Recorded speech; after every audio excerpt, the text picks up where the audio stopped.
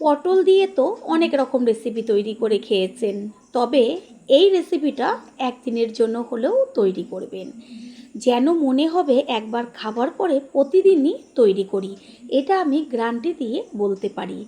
পটল খেয়ে খেয়ে যদি একঘেয়েমি চলে আসে, অবশ্যই এই রেসিপিটা ট্রাই করবেন, বাড়িতে অতিথি আসুক বা নিজেরা।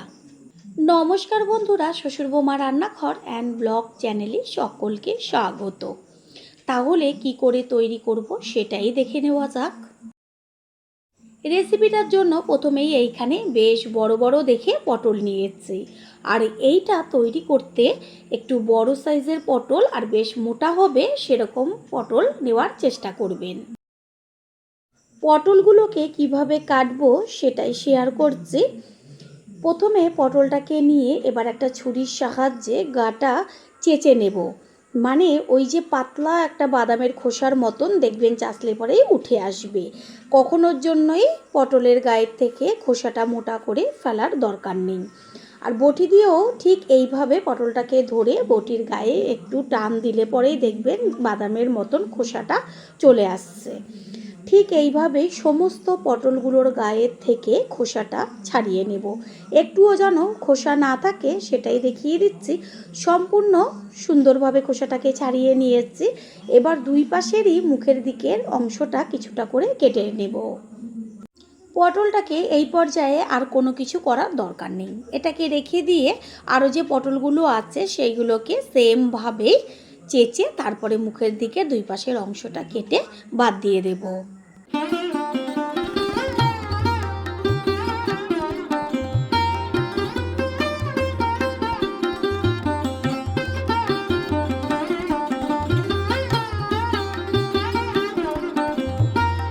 সবগুলোকে একইভাবে কেটে নিয়েছি। এবার একটা পটলকে ধরে তারপর চামচের পেছন দিকের অংশটা দিয়ে আস্তে আস্তে বেশ ঘুরিয়ে ঘুরিয়ে ভেতরের যে পটলের মধ্যে অংশটা থাকে সেটা সম্পূর্ণটা বেশ এরকম চামচ দিয়ে ঘুরিয়ে ঘুরিয়ে সেটাকে বার করে নিয়ে আসতে হবে। এই কাজটা কিন্তু একটু আস্তে আস্তে করতে হবে, না হলে পটলটা ফেটে যাবে। দেখাই গেল পটলের ভেতরের অংশটা সমস্ত বার করে নিয়েছি আর ভেতরটা পুরো ফাঁকা হয়ে গেছে। ঠিক এইভাবেই সমস্ত পটলগুলোর ভেতর থেকে তার যে শাঁসগুলো থাকে সেটাকে বার করে নিয়ে ফিরে আসছি। দেখাই যাচ্ছে পটলের ভেতরটা সম্পূর্ণ ফাঁকা হয়ে গেছে। আর এই যে শাঁসটা রয়েছে এগুলো ফেলে দেব না, এগুলোকে আমি এবার জল দিয়ে ধুয়ে নিয়ে তারপর ফিরে আসছি। এইখানে ভালো করে একটা পাত্রের মধ্যে শাঁসগুলোকে জল দিয়ে ধুয়ে তারপরে জলটা ঝরিয়ে রেখেছি। এবার এটাকে মিক্সিং জারের মধ্যে দিয়ে পেস্ট করে নেব। সম্পূর্ণ জল ছাড়াই এটাকে পেস্ট করতে হবে। আর এইদিকে যে পটলগুলো আমি ভেতর থেকে শাঁসটা বার করে রেখেছি, ভেতরটা দেখিয়ে দিচ্ছি সম্পূর্ণটা ফাঁকা। এই কারণের জন্যই বলেছিলাম পটলগুলো বেশ বড় বড় আর একটু মোটা দেখে নিতে। দেখতে কত সুন্দর লাগছে। গ্যাসের ওভেনে আমি জল বসিয়ে বেশ জলটাকে গরম করে নিয়েছি। এবার এর মধ্যে ওই যে পটলগুলোকে সবকটা এবার দিয়ে দেব একটা একটা করে। আমি এটাকে ভাপিয়ে নেব। এর মধ্যে দিয়েছি হাফ চা চামচ পরিমাণ লবণ। এবার ঢাকনাটা চাপা দিয়ে দেব। এইভাবে হতে থাক 3 থেকে 4 মিনিট। আর এইদিকে পটলের যে শাঁসটা আমি নিয়েছিলাম সেটা পেস্ট করে রেখেছি। 3-4 মিনিট বাদে কড়াইয়ের ওপরে যে ঢাকনাটা চাপা দিয়েছিলাম সেটাকে সরিয়ে এবার পটলগুলোকে ওপরের পিঠটাকে উল্টে দেব। এটা অনেকে আবার ভেজে নেয় তেলে, তবে ভাজলে পরে না পটলটা নরম হয়ে যায়। এইভাবে যদি ভাপিয়ে নেন তাহলে ভীষণ ভালো হয়। আর অবশ্যই জলের মধ্যে একটু লবণ দেবেন, তাহলে পটলটার মধ্যে লবণ যাবে আর খেতে খুব ভালো লাগবে। খেয়াল রাখবেন যেন পটলটা একদম নরম না হয়ে যায়, বেশ একটু হালকা নরম নরম হবে, সেই পর্যায়ে এটাকে তুলে নিতে হবে। পটলটা ভাপানো হয়ে গেছে, আমি জল ছেঁকে তুলে নেব। এখানে মিক্সিং জারের মধ্যে দিয়ে দিচ্ছি বেশ কয়েক কোয়া রসুন, ছোট ছোট করে টুকরো করে নেওয়া আদা আর ঝালের জন্য কাঁচা লঙ্কা। সামান্য জল দিয়ে এবার এটাকে পেস্ট করে নেব।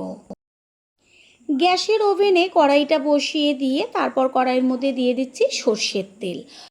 তেল গরম হয়ে গেছে, এবার এর মধ্যে হাফ চা চামচ পরিমাণ দিয়ে দিলাম হলুদ। হলুদ দেওয়ার পরেই এর মধ্যে দিয়ে দিচ্ছি কুচিয়ে নেওয়া পেঁয়াজ। এইখানে আমি বড় সাইজের একটা পেঁয়াজ কুচিয়ে নিয়েছি। আর তেলের মধ্যে প্রথমে হলুদ দেওয়ার কারণ হচ্ছে, এখন যদি তেলে শুধু যদি পেঁয়াজটা দেওয়া হতো চারদিকে তেলটা ছিটতো। হলুদ দেওয়ার কারণে তেল চারদিকে ছিটবে না।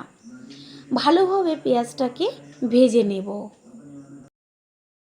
পেঁয়াজটার গায়ে সুন্দর একটা কালার আসছে। এই পর্যায়ে এর মধ্যে দিয়ে দিচ্ছি ওই যে পেস্ট করে রেখেছিলাম আদা রসুন কাঁচা লঙ্কা, সেই পেস্ট। আর এই রেসিপির ক্ষেত্রে পেঁয়াজটা কড়া করে যেন ভাজা না হয়। দিয়ে দিচ্ছি এক চা চামচ পরিমাণ লবণ, আর দিয়ে দেব একদম হাফ চা চামচের থেকেও কম পরিমাণ কাশ্মীরি লঙ্কার গুঁড়ো, আর কালারের জন্য হলুদ গুঁড়ো হাফ চা চামচ পরিমাণ। ভালো করে মিশিয়ে নিয়ে মশলাটাকে এবার কষিয়ে নেব।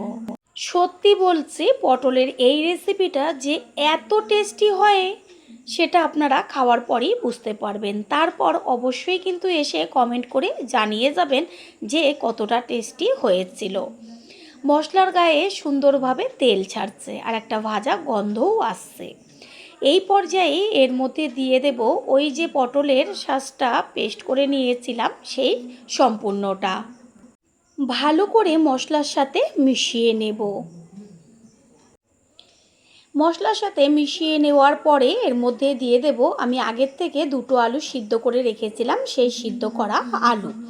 এইখানে আপনারা ছানা বা মাংসের কিমা বা মাছ যে কোনো কিছু দিয়ে এই পুরটা তৈরি করতে পারেন।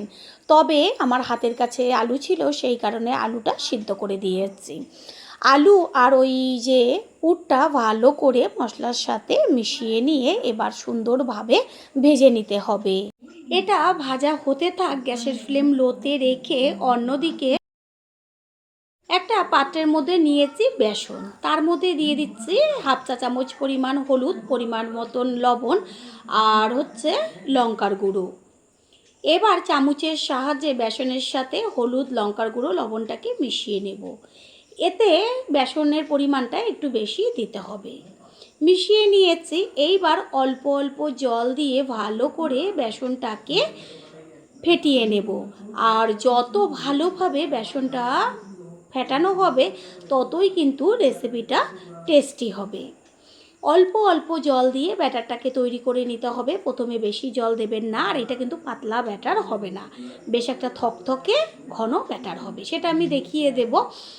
প্রথমে একটু চামচের সাহায্যে অল্প অল্প জল দিয়ে আমি ব্যাটারটা তৈরি করছি। তারপরে হাত দিয়ে ভালোভাবে একটু সময় নিয়ে ফেটিয়ে নিতে হবে। ঠিক এইভাবে বেসনটাকে হাত দিয়ে ফেটাতে হবে। এদিকে পুরটাকে বেশ একটু বাদে বাদে খুন্তি দিয়ে নেড়ে চেড়ে দিতে হবে, না হলে নিচটা লেগে যাবে। আর যখন দেখবেন এটা বেশ হয়ে এসছে তখন কড়াইয়ের থেকে ছেড়ে ছেড়ে যাবে। পুর একদম তৈরি হয়ে গেছে। এবার গ্যাস অফ করে দিয়ে পুরটাকে একটা প্লেটে তুলে ঠান্ডা করে নেব। পুরটা ঠান্ডা হয়ে গেছে। এবার একটা পটল নিয়ে যেদিকে ফাঁকা অংশটা রয়েছে তার মধ্যে এবার পুরটাকে বেশ চামচের পেছন দিয়ে আস্তে আস্তে ভরে দেব। আর পুরটা যেন এমনভাবে ভরবেন যেন সম্পূর্ণ পটলের ভেতরটা একদম ভরে যায়। দেখাই যাচ্ছে যে কিভাবে আমি পুরটা ভেতরে ভরছি। আর একটা কথা খেয়াল রাখবেন, পটলটা যেন ভাপানোর সময় একদম নরম না হয়ে যায়। আর যদি চান আপনারা তেলে ভেজে নিতে পারেন, প্রথমেই বলেছি, তবে তেলে ভাজার কোনো রকম দরকার নেই, তাহলে পটলটা একদম প্যাতপ্যাতে নরম হয়ে যাবে ভাজার চোটে। সেই কারণে এই পদ্ধতিতেই করবেন। মুখের ফাঁকা অংশটা আমি পুর দিয়ে বেশ হাত দিয়ে সমান করে দিচ্ছি। এইখানে চাইলে আপনারা যে মুখের অংশটা কেটে বাদ দিয়ে দিয়েছি সেটাকেও আটকে দিতে পারেন, তবে আমি সেটা করিনি, শুধু পুর দিয়ে আটকে দিয়েছি। আর একটাও একইভাবে ভরে নেব। চামচের সাহায্যে দেরি হচ্ছিল, সেই কারণে হাত দিয়ে আমি বেশ পুর নিয়ে তারপর আঙুল দিয়ে ঠেসে ঠেসে ভেতরটা ভরে দিচ্ছি। হাত দিয়ে করলেই তাড়াতাড়ি হয়। আর খেয়াল রাখবেন যেন ফেটে না যায় পটলটা, একটু সাবধানে পুরটা ভেতরে ভরবেন। একইভাবে মুখটাকে আটকে দিলাম। আর এইভাবেই সমস্ত পটলগুলোর ভেতরে পুরটা ভরে নিয়ে ফিরে আসছি। প্রত্যেকটা পটলের ভেতর কত সুন্দর পুরগুলো ভরেছি সেটা দেখিয়ে দিচ্ছি, আর মুখটাও আটকে দিয়েছি। গ্যাসের ওভেনে কড়াই বসিয়ে তাতে দিয়ে দিচ্ছি সাদা তেল, একটু বেশি পরিমাণ তেলটা ব্যবহার করব। আর এইখানে যে পটলগুলো নিয়েছি, এবার একটা করে পটল নিয়ে বেসনের ব্যাটারের মধ্যে চুবিয়ে দেব। পুরনো বন্ধুদের সব সময় আমাদের পাশে এইভাবে ভালোবেসে থেকে এগিয়ে নিয়ে যাবার জন্য অনেক অনেক ভালোবাসা। যেহেতু পাত্রটা একটু ছড়ানো, সেই কারণে অনেকটা জায়গা, তাই আরেকটা পটলও একইভাবে চুবিয়ে দিলাম। এবার একটা করে পটল নিয়ে গরম তেলের মধ্যে আস্তে করে ছেড়ে দেব। আর একটা যে পটল আমি বেসনে চুবিয়েছিলাম সেটাকেও একই সাথে ছেড়ে দেব। প্রথমবার যারা আমাদের চ্যানেল ভিজিট করছেন তাদের আন্তরিক শুভেচ্ছা ও অনেক ভালোবাসা। আমাদের রেসিপিগুলো যদি ভালো লেগে থাকে সাবস্ক্রাইব করে দেওয়ার অনুরোধ রইল, ও পাশে থাকা বেল আইকনে ক্লিক করলে পরবর্তী ভিডিওগুলো সবার আগে আপনাদের কাছে পৌঁছে যাবে। গ্যাসের ফ্লেম লো টু মিডিয়াম করে নিচের অংশটা কিছুক্ষণ ভাজার পরে উল্টে দিচ্ছি ওপরের পিঠটা হবার জন্য। ঠিক এইভাবে এপিট ওপিট করে সুন্দরভাবে পটলগুলোকে ভেজে নেব। পটলগুলো দুই পিঠই খুব সুন্দরভাবে ভাজা হয়েছে, তেল ছেঁকে তুলে নেব। এইখানে দুটো পটল তুলে নিয়েছি, আর একই রকমভাবে বেসনে চুবিয়ে আরও দুটো পটল একই সাথে ভেজে নেব। দেখাই যাচ্ছে যে কোনো রকম কিন্তু পুর ভেতর থেকে বেরিয়ে আসেনি, কারণ আমি মুখটা তো ভালো করে পুর দিয়ে আটকে দিয়েছিলাম। তারপরে আবার বেসনটা যেহেতু একটু বেশ ঘন করে তৈরি করে নিয়েছি, সেটা মুখের দিকে আটকে দেওয়াতে একটুও পুর বাইরে বেরোয়নি। বন্ধুরা, আপনারা যে যেইখান থেকে ভিডিওটি দেখছেন অবশ্যই কমেন্টের মাধ্যমে জানাবেন। আপনাদের সত্যি ধন্যবাদ জানাতে পারলে আমরা ভীষণ ভীষণ আনন্দিত হব। এই পটলগুলোরও দুই পিঠ সুন্দরভাবে ভাজা হয়েছে, এটাকেও তেল ছেঁকে তুলে নেব।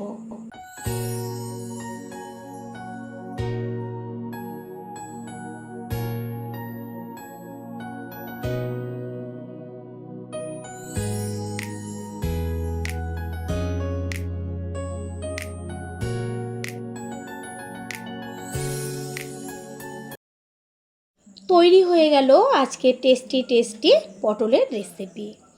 আশা করি রেসিপিটি ভালো লাগলো, আর যদি ভালো লেগে থাকে একটা লাইক, কমেন্ট, পারলে একটা শেয়ার করে অবশ্যই জানাবেন। আপনাদের দেওয়া একটা লাইক ও লাইকের পাশে থাকা হাইপ আর একটা শেয়ার আমাদের কাছে অনেক অনেক গুরুত্বপূর্ণ। All friend, thanks for watching my video. আপনারা সকলে ভালো থাকবেন, সুস্থ থাকবেন। আবারও দেখা হবে অন্য কোনো রেসিপির এপিসোডে।